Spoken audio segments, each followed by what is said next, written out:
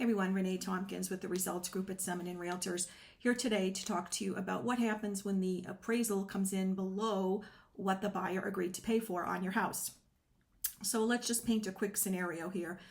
You're a homeowner, you've had your home listed, it attracted a lot of attention, you got multiple offers and you went with the highest offer. And you're thrilled and you're all excited. Fast forward a couple of weeks and the appraiser comes out and his job again is to assess the property to ensure it's worth what the buyer is paying.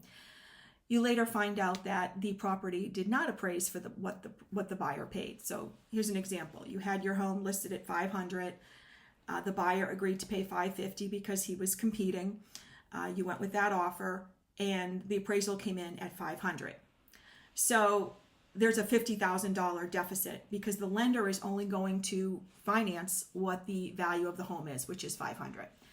So now you have a $50,000 deficit. So here are your choices. One, first off, let's see the appraisal report to ensure there are no errors. If there are no errors or revisions to be made in the report, the second choice is to renegotiate with the buyer to come to mutually agreeable terms. Here's the thing. I oftentimes get asked, do I have to renegotiate at this point? And the answer is no, you don't. But understand this, without protective contingencies in that offer, and I'll discuss that in 1 second with you, the lender will not be able to close the loan. Therefore, the buyer will most likely back out of that.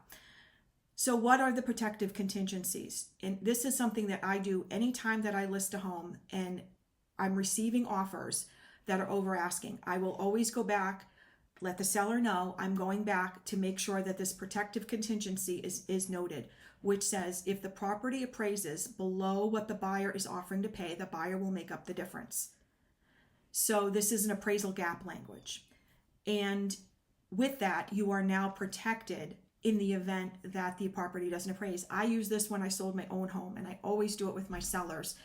And it works because therefore you don't get that call that says the property didn't appraise at what the buyer agreed to pay. It's a non-issue because you're protected.